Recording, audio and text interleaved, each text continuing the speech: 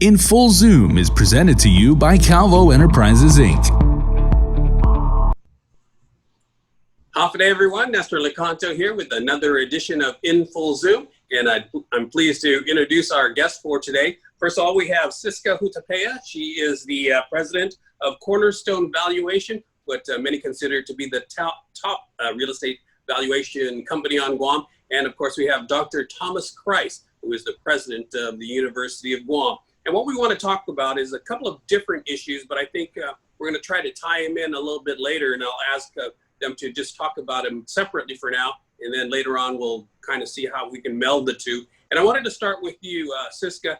You recently released a study or a report about valuations here on Guam and how the COVID-19 pandemic has impacted that. Can you just give us a brief summary or overview of that? Sure. And have a day, everyone. Have a day, Dr. Krise. So yes, Cornerstone Valuation Guam completed a study regarding the COVID-19 impact on the real estate on Guam. So what we did is we summarized the first half of 2019 activity, real estate sales activity, and compare it to the first half of 2020 real estate activity. So we found that the sales volume for all transactions in Guam were down by 16% to 181 million for the first half of 2020. And then for the single family dwelling, the volume were down by 12%. And the one that is hit the hardest is the condo market, and it was down by 52%. Land sale though increased by about 4%. Something that's really interesting though from our study is that the median prices for all transaction and for single family dwelling were up by 16 and 10% respectively. And that just goes to show that there are very limited supply in the market. I mentioned that over 25 years, the new permit for single family dwelling in Guam, median about 290 units per year. And last year it was only 193. And the first half of 2020, we were only at 68. Because obviously the government offices were closed from March 16 all the way to May 9, and even July 1 is like their first opening. So there's a lot of backlog on building permit, and that kind of push the price up. In addition, of course, to the H2 worker debacle and also the military buildup activity that's absorbing all the worker. So that's what's kind of interesting. Obviously, also the real estate agency office were considered non-essential in Guam. In some other state, it is considered essential. So they were not in business for about 8 weeks out of the 26 weeks. So about 30% of the first half of 2020, they weren't open. And you know, once they're open, because Guam Association of Realtor has a very strict rule, they kind of adopted California rule about, you know, reopening and all the necessary requirement that's needed to open. It takes a while for it to keep up. So even the active listing is down by about 20% compared to last year. So that's kind of the gist of our study. In Full Zoom is presented to you by Calvo Enterprises, Inc. GU Self-Storage, conveniently located near the Harmon McDonald's. We offer affordable rates, online payments, and auto bill pay for your convenience. Plus gate access daily from 6 a.m. to 9 p.m. Call us today at 648-7867 for more information. In Full Zoom is presented to you by Calvo Enterprises, Inc. All right, thank you. We'll dive a little bit deeper into that in a moment, but I wanted to give Dr. Krise an opportunity to talk about a recent study that was released by UOG by the students of Dr. Maria Claret Ruay. Dr. Krise, if you could just give us a kind of a summary overview of that. It's common across the country for universities to study and report on the economic impact of the university on their region. And so I was very pleased that Clarette Ruane was able to carry this out, and it was a great project with their students as well. So the kind of the top line issues are that UOG contributed $1 of every $17 in Guam's economy. And we also created 1 of every 15 jobs in Guam. And we also generated $1 of every $8 of GovGuam tax revenues.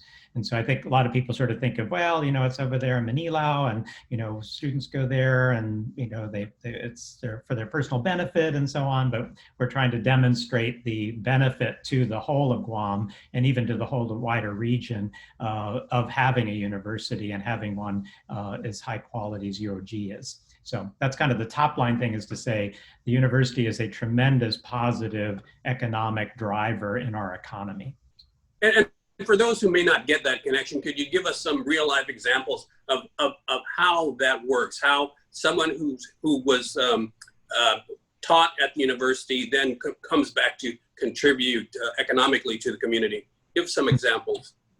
So probably the first level of benefit is that we keep smart students here getting their education. So if people leave Guam, they're much less likely to come back. So countering the brain drain is a really important facet of having higher education institutions like Guam Community College and the University of Guam here. So it really is important for keeping so many more of our graduates stay in Guam and the region rather than going. So that's sort of the first level. So supplying our own capacity.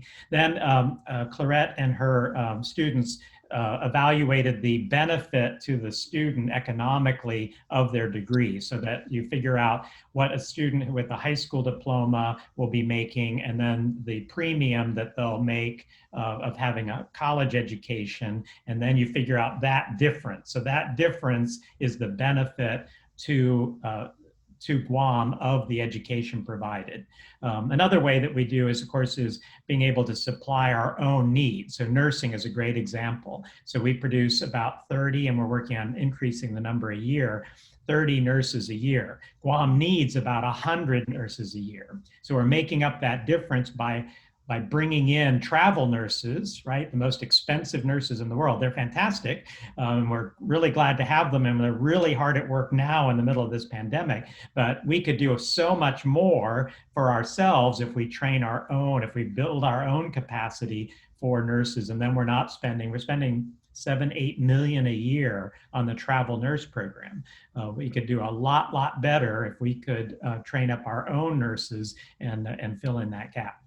So those are some of the economic impact. Then, of course, all those people making additional income are paying additional taxes. So that delta between the high school graduate and that job and the college graduate and that job, that difference is the benefit that the university is providing. Then if on top of all that, we have a lot of direct employees. We have over 800 employees of the University of Guam, and in general, those are relatively well-paying jobs. So we have, literally hundreds of people with graduate degrees, doctoral degrees. We have experts in an incredible array of specialties that directly help Guam and our economy, and lots of elements like our environment, advice on tourism, on alternative enterprises and all that kind of stuff. So, so those taxes are all part of it. Then we also, as an institution, spend money. So we spend the vast majority of our money with local suppliers. So we're providing those jobs, that income to those businesses. Those people are making more money, are contributing to the tax base and into the economy. So it's all these sort of levels, and then you figure out, if you took UOG and tossed it into the ocean and it didn't exist anymore, what would be the economic impact? It would be a tremendous drop in GDP, in tax revenue, in jobs, and so on. So there are a lot of ways that you sort of evaluate this. I think you figure that I think that the figure that the study put out was about $350 million. $350 million. Yeah, and you mentioned the School of Nursing. I know just recently that we're putting out some of the best nurses we can, because those guys aced I forget what the test is, but the test to become a registered nurse, they all aced it. Is that correct? It's really unusual. So we've had 4 years in a row of 100% pass rate on the national, it's called NCLEX, the national exam for nurses. And so that's a real achievement. It's a rare thing. So we have a really, really good program. And Dean Margaret Hattori Uchima and her team and the faculty and the School of Health are really doing a great job. And don't forget, they're doing all this on top of their having been mobilized for the pandemic response. So they're still teaching, they actually accelerated our seniors. So our seniors graduated early this spring so they could be certified and helping with the pandemic response. So it's not, I mean, it's on top of a lot of work that they're still managing to produce such good nurses. So In Full Zoom is presented to you by Calvo Enterprises, Inc. GU Self-Storage, conveniently located near the Harmon McDonald's. We offer affordable rates, online payments, and auto bill pay for your convenience. Plus gate access daily from 6 a.m. to 9 p.m. Call us today at 648-7867 for more information. In Full Zoom is presented to you by Calvo Enterprises, Inc. it's a great Nestor, Yeah. Nestor, I was going to say, UOG is one of the most valuable intangible asset of Guam, along with Guam Community College. GIDA, I'm on the board of GIDA. We release a comprehensive economic development strategy, and we're trying to diversify our economy. And I know you just had also our chairwoman, Christine Balito, on your program, Nestor, talking about diversifying the economy, and they're talking about data center, telecommunication, aquaculture, captive insurance. And, UOG and GCC are supplying the brains for all of this future diversification of industry. And I also can vouch for the economic impact, because I see all of the real estate transaction, and I see some of the university professor buying and selling property here on Guam. So yeah. I can vouch for that $1 in every $17. All right, speaking of real estate, I wanted to get back to you. So in addition to what you summarized, what do you think are the key some other key aspects of the report and what you found out? Mm-hmm. Yes, so obviously, my study is focused on the real estate transaction recorded at Department of Land Management. But leasing, about apartment, commercial are not in there. We are involved in several projects. And we can, and everybody knows this already, that occupancy in the commercial sector and in the apartment sector are widely affected. So for example, I have a client who owns about 656 apartment unit. Before the FPUC and PUA help came in, they were down 40% in their collection. That's a lot of money if you're down by 40%. Typically, your EBITDA, your bottom line is only about 20 to 30% of your gross income. If you're short by 40%, you're running negative. And so that's really bad. They're caught up right now because of the FPUC and PUA.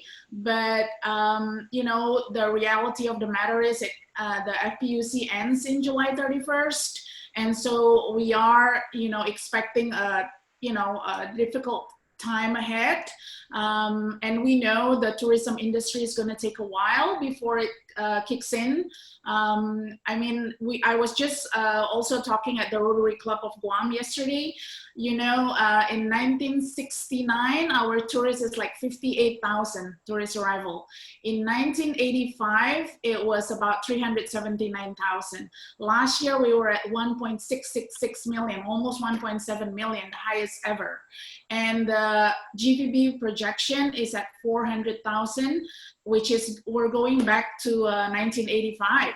I mean, I like the disco ball theme of 1985, but 400,000 is not gonna cut it for our economy. It's gonna be like tough ride. I also, on Monday, Tuesday, Wednesday, Thursday, I have meeting cancellation because my client or this person knows someone that are tested positive for COVID. And I think it's gonna be our new norm now, knowing someone that tested positive. And I wanna give a shout out to my colleague, Marie Guerrero. Her 3 squares also experienced similar thing.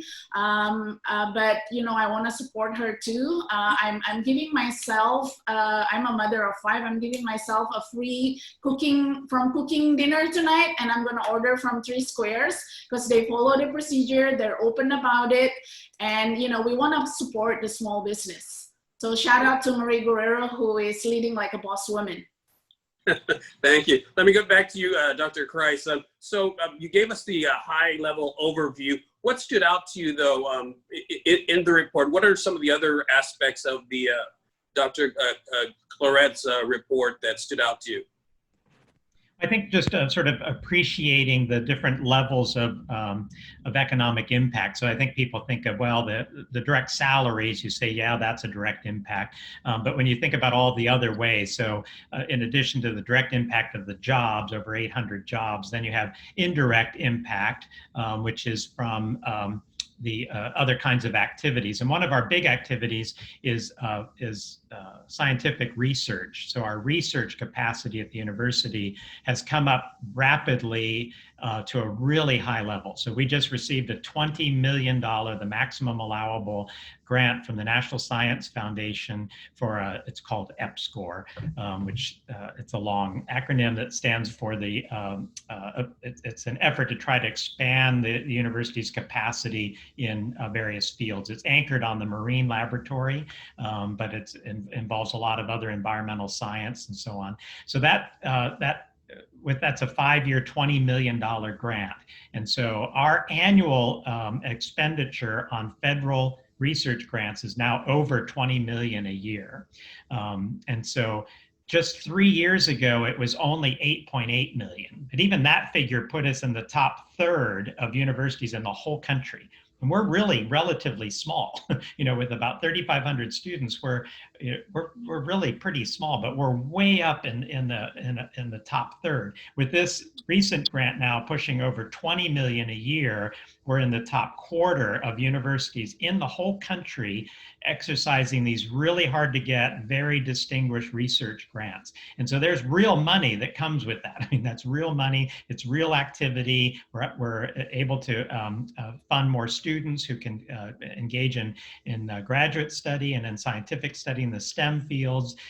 There's a lot of activity going on related to this. It's good for us, so even impacting tourism. So our coral reefs really matter as an element of our of what's attractive about us as a tourist destination. So preserving them and figuring out ways to protect the coral reefs is important to our economic situation. So there's a lot of indirect impact, then induced impact, and then you get the sort of picture of the total economic impact of the university. So I think that's all important to pay attention. Yeah, and let me switch back to you, Siska. So you talked a little bit about the impact of the pandemic on the real estate market. One of the things that you mentioned was the fact that there will be a lot of people who will be suffering financially. What about affordable housing? What is the impediments to more affordable housing on Guam? And you mentioned at one of your presentations that I attended was that right now financing is pretty cheap. I mean, banks are literally giving away almost free money. So what can we do to incentivize the building and construction of more affordable housing on Guam? Yeah. So, we're in the Typhoon Alley, so our construction methodology, construction material had to be concrete, and, it takes a while to build a concrete house. From the permitting side, it takes 3 to 4 months. 12 months, if you can finish a house in 12 months, you know, that's kind of nice here in Guam. It's not like in the mainland, you could just do that. So one of the way that we could solve this problem is finding a construction methodology. And I know UOG is building the School of Engineering soon. So I'm very excited about that. I'm a civil engineer too.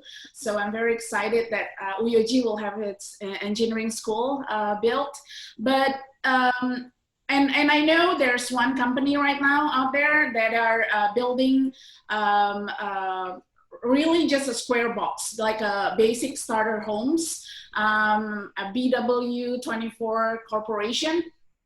And they're building it. They put the foundation, concrete, and then the columns, and then the concrete roof with the cement board siding. And they could finish it in a fairly quick time frame. And because they have the same format, they I understand they are having 100 contracts already so far all over Guam. I think they charge like 120,000 for a 3-bedroom house. So, you know, that kind of methodology of construction will help a lot. Obviously, you know, we did that back in the 60s, I believe. Kaiser, you know, all those Kaiser houses in Dededo were kind of prefab, kind of square boxes with louvers. And but land cost these days, I think, makes it a little bit more expensive. Is that correct? Correct. And it's not so much the land cost, it's more the infrastructure cost. And so it's so expensive to build infrastructure on Guam. For example, there's a project that was proposed just before Paradise Estate along Marine Drive. And you know, local developer, they ran out of money and they had to sell it, but it's going to start again, hopefully soon. So infrastructure build out is really, really expensive in Guam. Basically because we don't have enough H2 worker. And that's just a big problem. Although we are starting to approve them already now, but we still need more to kind of alleviate this tension on the supply side of things.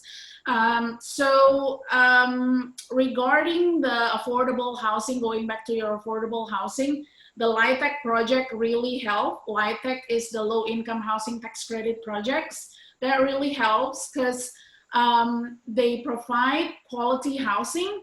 I mean, one of it is in Ipa Road, just next to the most expensive subdivision in Guam, the Ironwood Heights. Yeah. They have 142 unit apartment there. And you can rent this nice unit, very well done, for, you know, about $600.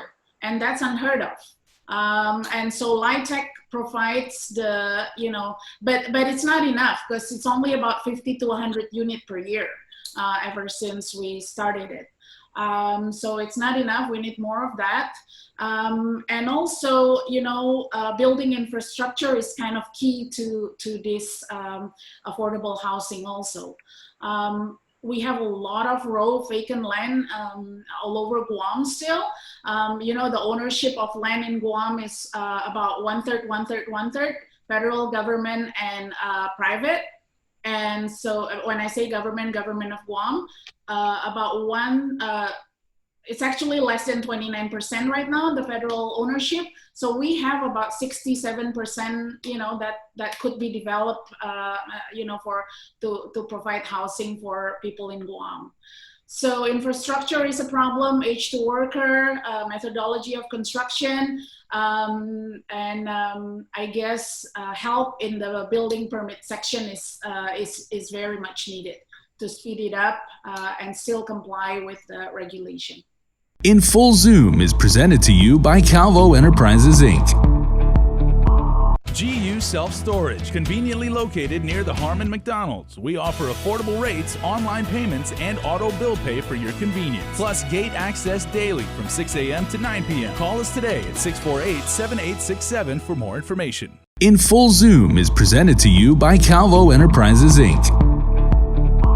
All right, let me switch back over to Dr. Krise. I wanted to give you an opportunity to talk a little bit more about how the pandemic, if the pandemic has kind of change anything for the University of Guam in terms of your future planning and what sort of focus you might have, in addition to your collaboration with the Guam Community College? Has the pandemic changed the way you're viewing the future, or you're planning for the future? So we have been in very close contact. I've met regularly with John Fernandez and Mary Okada. So the three of us, I refer to us as the Ed heads.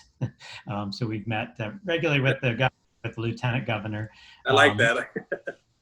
So one little item that I might just stress about that partnership is that all three of us were pressing the governor and lieutenant governor to spend, they had a little piece of the CARES Act in the governor's discretion that was restricted to education, but within her discretion. And so the three of us pressed that be used to increase the access of people in Guam at all levels to digital technology, to improve the internet connectivity, to improve Wi-Fi, to improve ability of people to get access to laptops and technology to be able, because from our point of view, everybody's sort of interconnected in some way. If you can get a household, the kids in a household connected and whatnot, then their parents will be connected.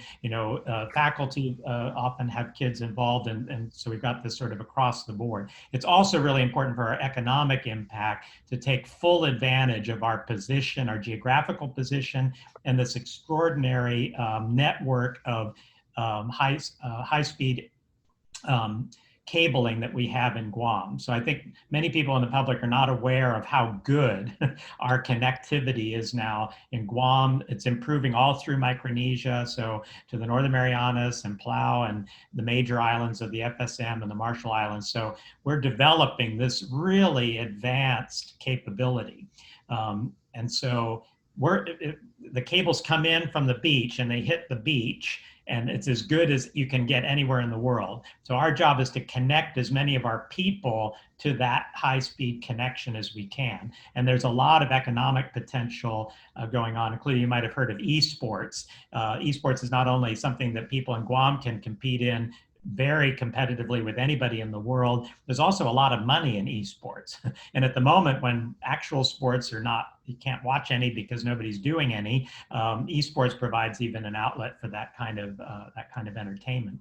So the digital component has been really important, and all three of us ed heads have been pushing for that, and we're very pleased that the governor and lieutenant governor are supporting that effort. And we've done partnerships with the ISP, the internet service providers, Docomo, IT&E, GTA, and the fourth one. So they're all partnering. They've been providing better arrangements for educational discounts for students to get access. They're really attentive to trying to spread our internet connectivity all over the place. So that's been really important. That all of us went into this almost instant online situation with the beginning of the pandemic. So we were running about 15% of our courses online before this started. And now, of course, we went to 100%. And the faculty and our IT people have been working all through the summer to really improve our capabilities and training. Actually, there's a training that's going on right now that's been going on every week for weeks now to help faculty learn how to do an even better job.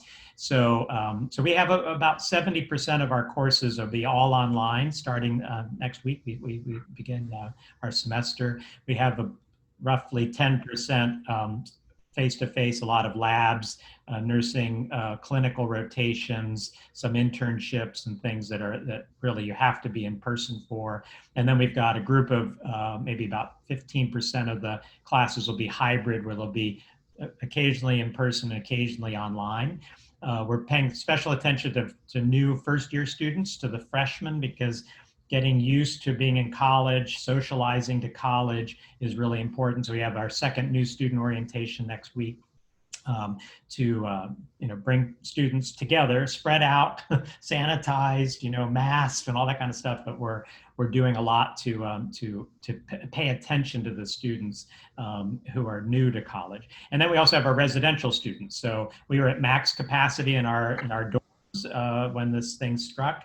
We maintained, we had well over 100 students. We kept all through last semester. We had 85, until last week, we had 85 students still in residence all the way through the pandemic. So we were feeding them, taking care of them, taking their temperatures every day, tremendous effort to spread people out, to give people single rooms. We put students in the field house and some of the classrooms there so they could use the showers and everything. We rented space in MIT to put up some extra students. So this year we have more than enough, more people applying for the rooms than we'll have available. So we're looking, in Siska's case, looking for other real estate options for housing more students. We have a lot of students who are interested in coming from off island. We occasionally get people in Guam who want to live on campus. So we have a few of those, certainly from the Northern Marianas, we get quite a few students. So we've got all that going on as well. And then you might know the university hosted the call center for the public health. So we were supporting all of that. We had a team of people who put on a telethon to raise money to buy PPE and supply food and water for all 12 of the health centers around Guam. So that went on it went on for over 4 months. Tremendous effort by Carlos Taitano and his global learning and engagement operation. There's a lot going on at the university. Yeah, there are obviously, and you're a very good salesman, Dr. Krise. You talk very well about the university. Excellent. We got about 30 seconds left, but I wanted to give Siska one last opportunity to say something positive about real estate on Guam and give us some hope in this pandemic that things are going to get better, Siska. Yes, I'm very confident about the Guam real estate market. We have the military buildup going on strongly. I don't think we're gonna see, the bottom falling out at all. And I'm very optimistic. And everyone is trying to do their best to keep the business alive. All small business owners, including myself and my colleague, we're all trying to do our best to just wait through this difficult time. And that's all that we can do. Thank you very much. That's Siska Hutapea, and we've also had Dr. Thomas Krise of the University of Guam. I'm Nestor Licanto. Thanks for joining us for another edition of In Full Zoom. We'll see you next time. In Full Zoom is presented to you by Calvo Enterprises, Inc.